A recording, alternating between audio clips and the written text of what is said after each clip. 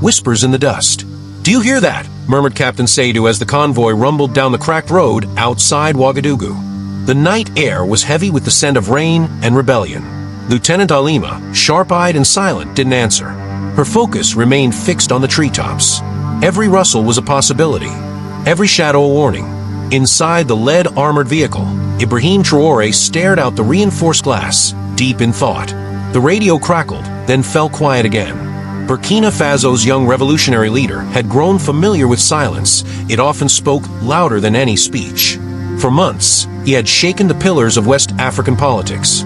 He'd refused foreign dictates, expelled French forces, and united youths from Mali to Nigeria in a Pan-Africanist wave not seen in decades. But now, the whispers of war had turned inward. Intelligence reports hinted at a conspiracy. Not from outside, from within. The first bullet would not come from a drone or a foreign base. It would come from someone who once called him brother. For the men in his convoy, loyalty was a quiet thing, but fragile. Traoré had seen it break before, shattered under pressure, money, or fear. Seydou clutched the steering wheel tightly. "We should change course," he said at last. "We stay on schedule," Traoré replied, his voice calm. "If they want a theater, let them find out the actor does not die quietly." As they passed the old colonial fort, the air changed. Static, like the calm before a monsoon. Traoré's thoughts drifted back to the last conversation he'd had with Sankara's widow. Her voice had cracked when she'd said, "Promise me, Ibrahim, promise me you won't die like Thomas." He hadn't answered. Not because he didn't want to, but because history had a strange way of echoing itself. At the barracks, whispers spread like wildfire. Something wasn't right. The guard rotations had changed subtly. Requests for transfers came in suddenly, unusually clustered around the dates of Traoré's provincial visits. Alima sat in her dimly lit office, poring over digital intercepts, the glow of the screen casting shadows on her stern face. The name, Operation Phoenix, flashed again and again, encrypted behind layers of scrambled code. Outside, Ouagadougou slept, or pretended to.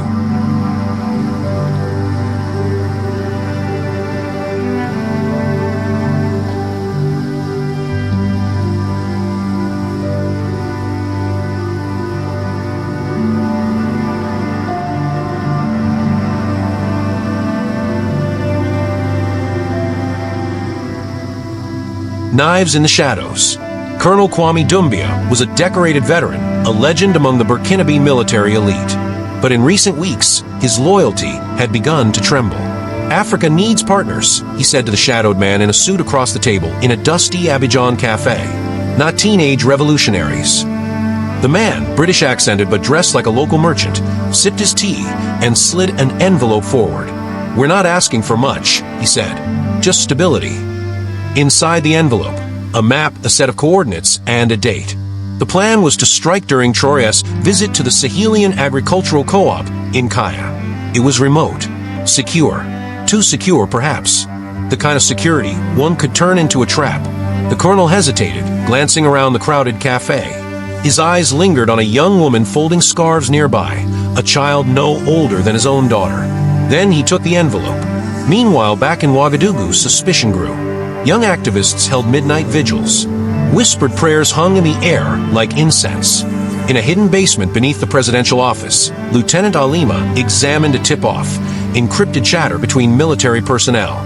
Someone within the elite guard had shifted loyalties. She traced the message to an unnamed source identified only as Lou Freeland, the Hornet.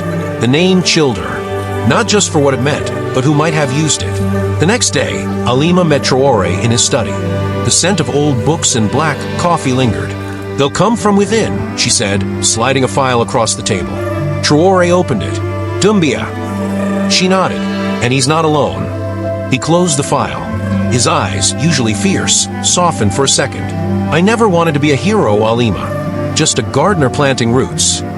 "Then prepare to dig trenches," she replied, "because weeds have grown among the roots." In Kaya, preparations began for the visit. But beneath the surface, the soil was shifting.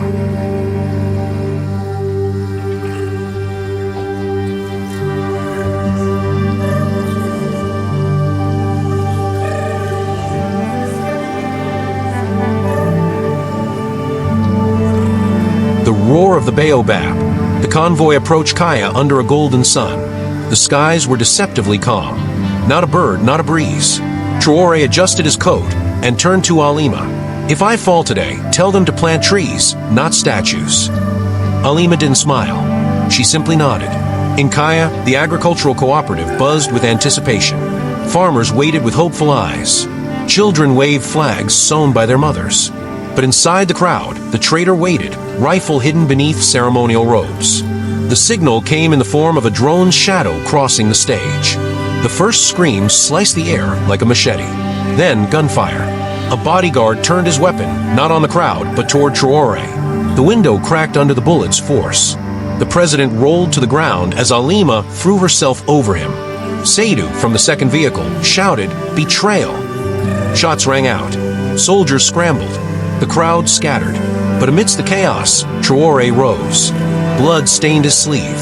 His voice did not waver. "Do not retreat." He climbed atop the smoldering vehicle. "Do not retreat, not today. Not ever."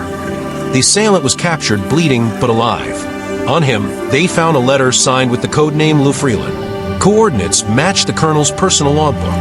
Doumbia, cornered, tried to flee, but he was caught at Bobo Dioulasso Airport, disguised as a humanitarian worker. Within hours, the news spread. But what echoed louder than gunfire was what came after. Across Burkina Faso, candles were lit in windows. Children painted baobabs on walls. Griots sang of betrayal and bravery. In a national broadcast, his shirt torn and eyes darkened by smoke, Traoré faced the camera. "They try to end a story that belongs to millions," he declared. "But they forgot, we are not pages. We are the pen. We write Africa." That night, no one slept. Not for fear, but for resolve. And in the Sahel, the trees stood taller. The wind carried a different name. Not Lufreelan, but le Baobab. This is a fictional story inspired by real struggles for sovereignty and unity in Africa. It is not a representation of actual events. Curiousphere is committed to storytelling that provokes thought, not spreads misinformation. Love real African stories told through bold fiction? Subscribe to Curiousphere. We tell the stories others won't. Fact meets fiction.